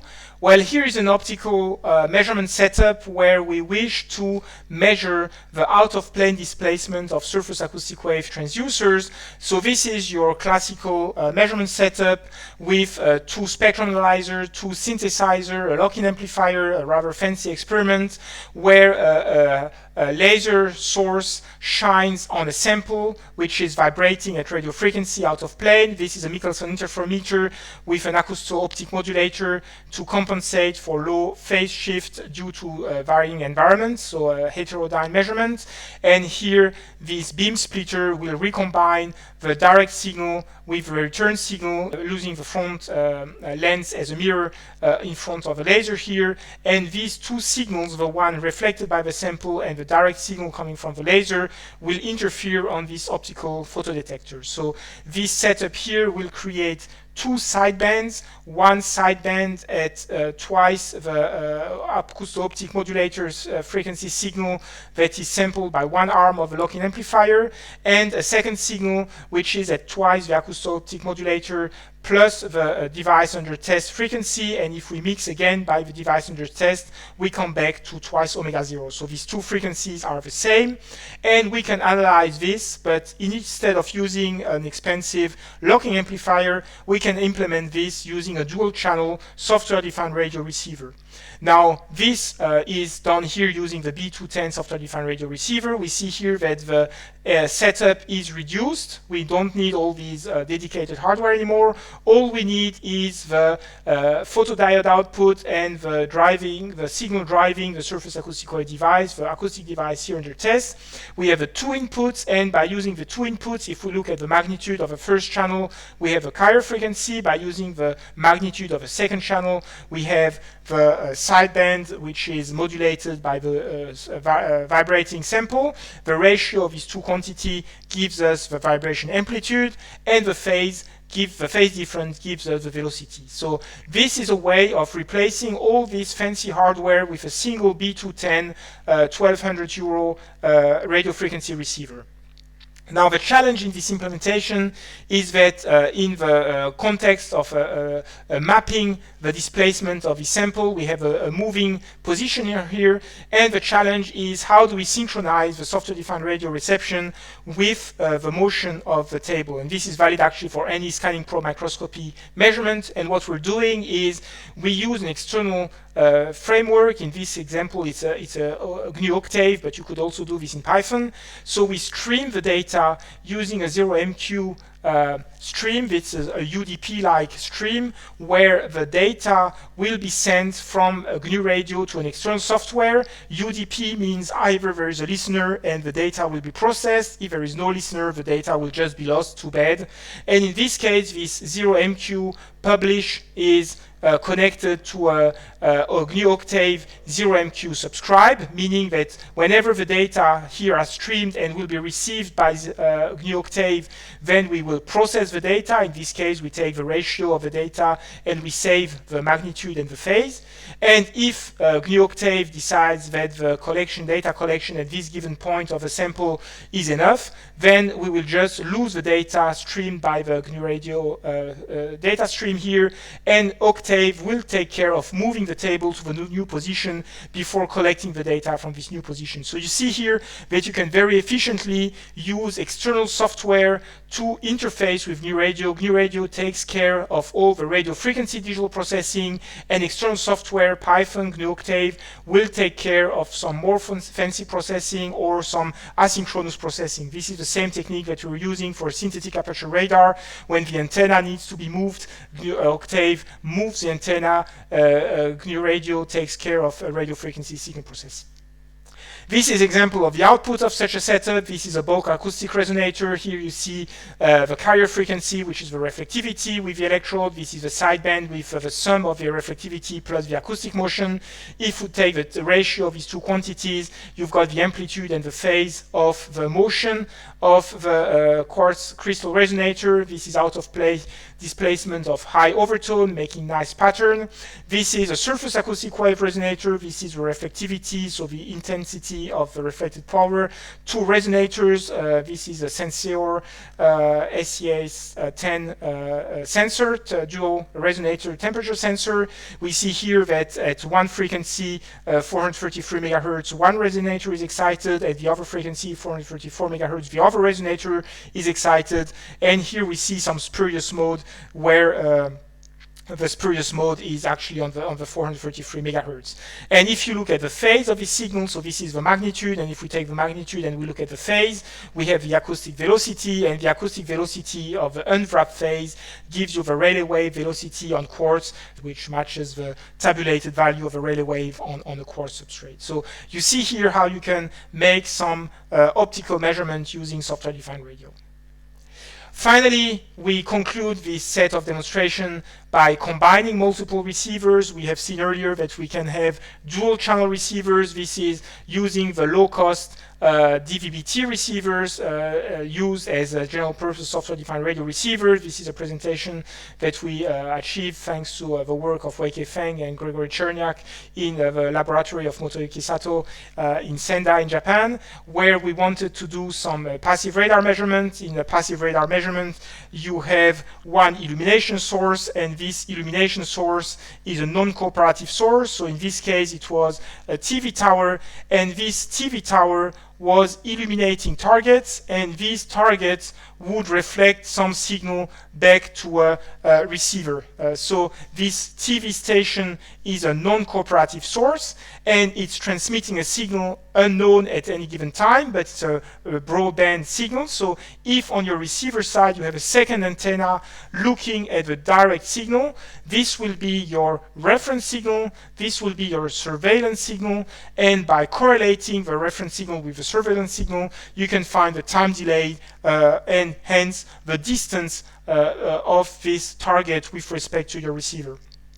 Now the challenge is that if this target is moving, it will introduce, in addition, due to its velocity v, Doppler shift delta f, and this Doppler shift will prevent the correlation from accumulating energy. So what you need to do is you have a two-dimensional chart. These two-dimensional chart in the y-axis are the time delay, tau, in the x-axis are the Doppler shift, this frequency Doppler here, and if you search for correlation peaks, in this example here we had some ships coming in or leaving the port of Sendai. We have here for the negative Doppler shift, so a ship going away. You see here that it's at this location, then it has shifted to a larger location, so it's indeed moving away. And the Doppler shift help you to differentiate the target from the clutter. The clutter is all this reflection at 0 hertz, so the static reflection. So here you've got both time in the y-axis and frequency, which is actually range and Doppler, achieved by synchronizing two of these DVB-T receivers. The challenge here is that even if you synchronize the frequency, again, as we mentioned earlier, the set point of the phase lock loop will drift over time, and in addition, USB is an asynchronous port, so that it will introduce a random time delay, but the stream being contiguous, if this time delay is constant, meaning we stream through 0MQ UDP publish subscribe, then the receiver can calibrate for this time offset, and this time offset can be removed from the correlation peaks here.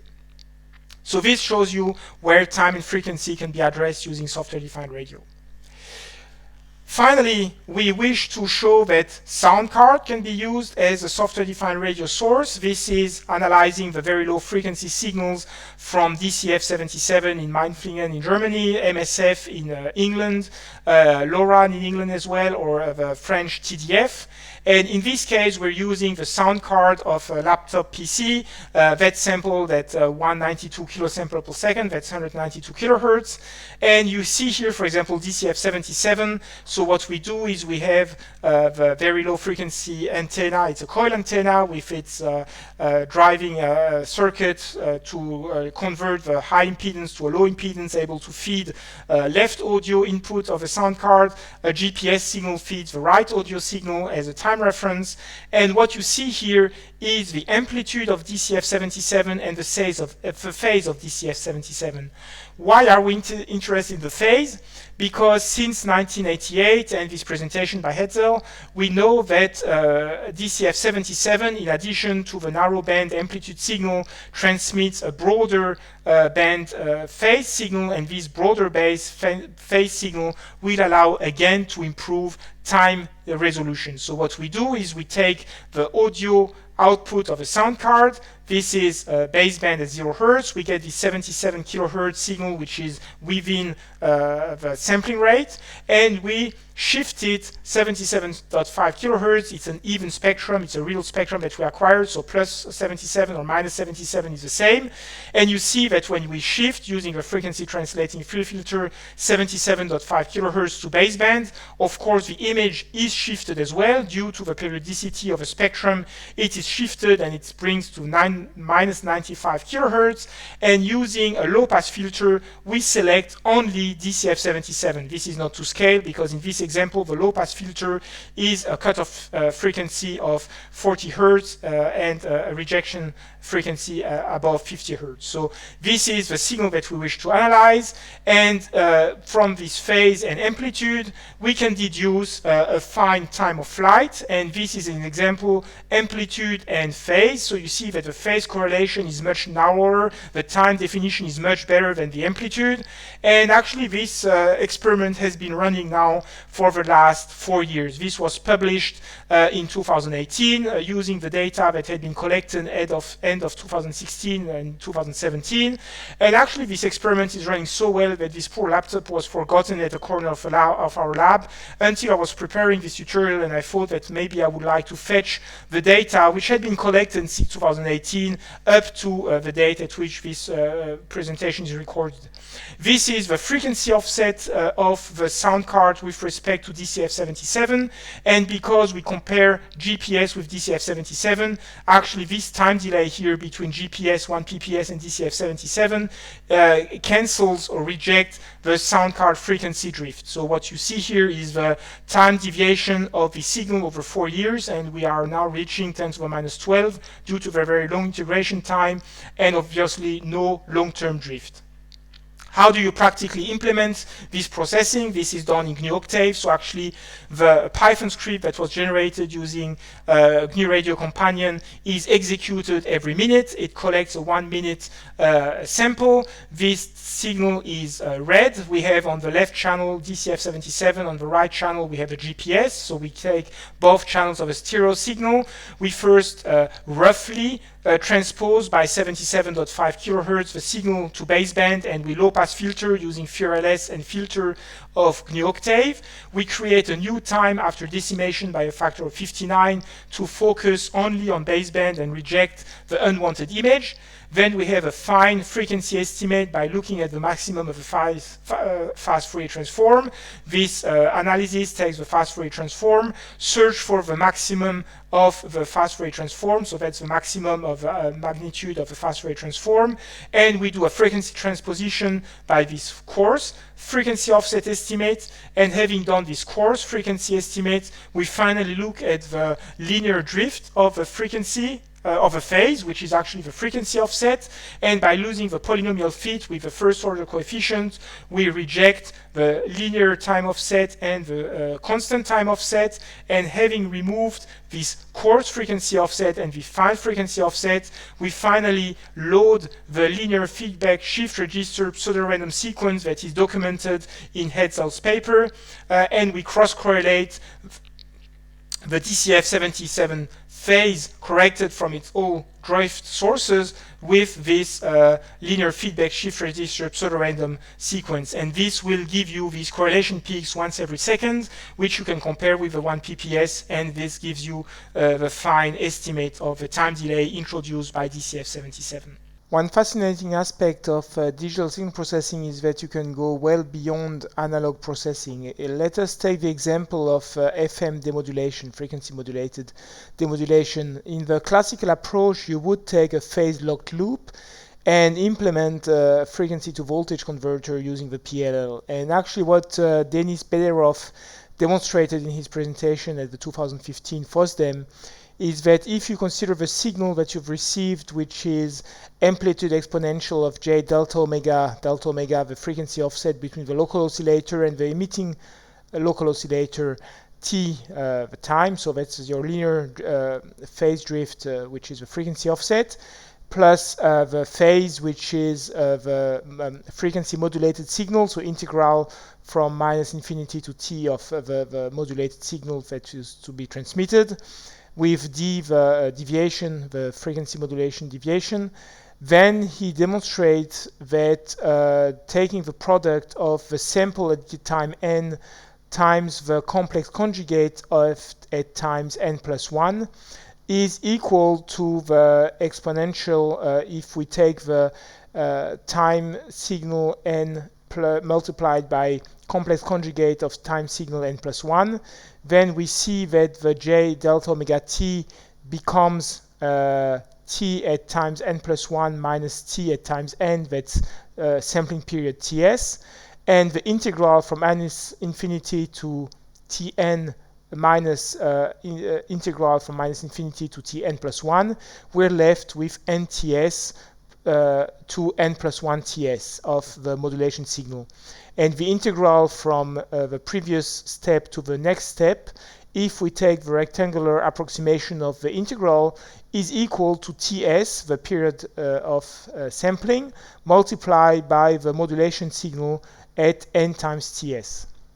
And so we see that taking the argument of this expression, we are left with the frequency offset, which is the voltage offset introduced by the frequency offset in the PLL in the frequency to voltage converter, plus plus again d times ts multiplied by the signal that we wish to observe. And by multiplying this by 1 over ts, we get actually the signal that was modulated. So this means that we might be able to get the audio signal with a single line of MATLAB processing of the signal recorded as we were looking at the FM signal. So can we demonstrate this on the data that we recorded previously when looking at FM station? When we were recording the FM station, we had set the sampling rate at audio frequency times 32, and because we're looking at the output of the low-pass filter is divided by 8. Actually, it's interesting to notice how much data is being sampled. So the sampling frequency is 192 kilosample per second, and every sample is a float, so 4 bytes, and I and Q complex, so that means 1.5 megasample per second. And this means that if we sample 15 seconds worth of data, we have 23 megasamples. And if we look, this is indeed what we actually expect from the data that we saved on this record. So what we can do now is we can read the data that were stored. So GNU Radio provides the means for reading a complex number stored in a binary file. And having done that, we can create the solution as Danny Bedorov taught us by taking the samples until the end and multiplying by the samples complex conjugate previous samples, so to the end. And we take this. Now this solution is a very broadband signal, so we need to create a low-pass filter. So we create a low-pass filter that will actually cut off with 256 coefficients, random number, reasonable, something that will cut off at 18 kilohertz, because we know that at 19 kilohertz there is the tone indicating that we have a stereo signal. And remember that MATLAB samples from 0 to 1, so your half sampling frequency, your Nyquist frequency, is fs over 2. Now we have here the layout of a filter. We say that it's a low pass filter by taking 0, 0. And now we can take, this needs to load the signal processing toolbox, and then we can apply the filters by taking that sol is the filter of a fear with a equals 1 of sol, and we save the resulting data stream into a wave file. So we can say that this is out.wave with sol, and we say that it's a 48 kilosample per second data set if we actually only keep 1 out of 4 sample, because we still have this oversampling. Now that we have said out.wave, we can actually launch GNU Radio Companion and just read the wave file for playing. So we take this new qt, we take the wave file, so wave read, wave source, and this will be sent to the audio sync over here at a data rate of 48 kilosample per second, and we read the file out.wave, and this is it. We can save this, and it is all working very well.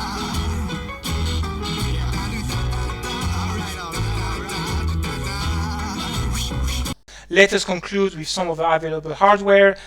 We've discussed the Red Pitaya. This is a non-exhaustive list of either open hardware or well-documented sources. The Red Pitaya is not open hardware, but it's well enough documented that we can understand its radio frequency front-end. This is a baseband analysis platform. Since there is no frequency transposition, 14-bit or 16-bit that was specifically designed for using higher Nyquist zones using aliasing. We've got more open platforms such as HackRF, BladeRF, LimeSDR. In general, the Ethos Research hardware is well documented. All schematics are available on their website. We can select sources for cost. These DVB-Ts will be less than 10 euro. The analog device Pluto SDR, which is a demonstrator of the AD9366 radio frequency front end, is less than 150 euro with a much broader frequency range. Be aware that the AD9366 radio frequency front end is incoherent. There is a different local oscillator for the transmitter and receiver, so you cannot use the transmitter as the radio frequency for a radar system, a coherent radar system, unlike the Lime chips. These will be incoherent. You can use a sound card, and if size matters, now you've got the Fairwaves XTRX with its tiny dimensions of 30 × 51 millimeters, best suited for radar systems aboard unmanned aerial vehicles. Actually, if you want to implement the utmost dream of software-defined radio, you might actually use radio frequency grade oscilloscope. We provide a GNU Radio source for radio frequency grade oscilloscopes. Of course, these will be discontinuous data streams because no oscilloscope can stream the several gigasample per second, but at least you got the whole frequency band of your oscilloscope. So selecting your hardware is a trade-off between bandwidth, resolution, and cost. So to conclude this presentation, we tried to introduce the free open source software infrastructure of GNU Radio. We tried to show how we could address multiple problems using this consistent framework. We try to emphasize the benefits of software-defined radio processing in terms of stability, flexibility, and reconfigurability. We use the same hardware to address as widely different problems as GNSS 1 PPS reception or generation, or time transfer in radar systems, or DCF77 reception. So in this context, you invest in hardware once and you display this hardware for most investigations. We've seen that the carrier frequency is cancelled early by the radio frequency front end and only bandwidth matters, but the challenge of deploying software-defined radio infrastructures lies in the complexity of combining FPGA HDL languages, general purpose CPU, C++, or Python, user interface, and networking. We've seen that some time delay is introduced by processing, so despite digital systems exhibiting huge clock frequency, the loop frequency is actually limited to a small fraction of this processing bandwidth. And GNU Radio is now available on multiple embedded platforms. In this example here, we have the B210 from Ethos Research feeding one Raspberry Pi. This other Raspberry Pi is fed by an RTL-SDR dongle, GNU Radio running on the Raspberry Pi, and the Raspberry Pi connected to a general purpose computer for further processing. So the embedded approach now is applicable to GNU Radio. Throughout this presentation, we have not addressed the benefits of software-defined radio for educational and training purposes. It is our belief that any experiment that is not implementable at the graduate level is not worth discussing. And what we see here is that using software-defined radio, we can actually implement all these experiments, whether optics, radio frequency processing, time transfer, radar systems, using very basic hardware and embedded processing units. So we believe that software-defined radio is ideal for combining education at the intersection of computer science, radio frequency, and digital signal processing. And in this context of education, here is a selected set of literature. Travis Collins and his colleagues at Analog Device have written Software-Defined Radio for Engineers based on the Pluto SDR. It's an amazing book that is freely available on their website. Unfortunately, it will use MATLAB as a closed source software framework, but at least the underlying principles are applicable. We have some of the basics for digital signal processing. The Scientist and Engineer's Guide to Digital Signal Processing is available on the web. The Tusson Amateur Packet Radio is one of the classics, as is Alliance. Proakis and Oppenheim are the standard textbooks. Kybor and Kaplan are dedicated to GPS analysis, and all that we've been discussing about GNSSDR, understanding generation of PPS, is brought from these books. You will find a lot of resources on the OpenCourseWare MIT web server, and every year GNU Radio Conference, the GRCon, as well as the Free Open Source Developer Meeting, FOSDEM, Free Open Source Dev Room will welcome attendances. This is probably one of the best conferences to attend, where people will share information and not just meet to show off, but actually have some insight into technical issues to discuss. So with this conclusion, I thank you for your attention and hope you will enjoy experimental with software-defined radio by yourself.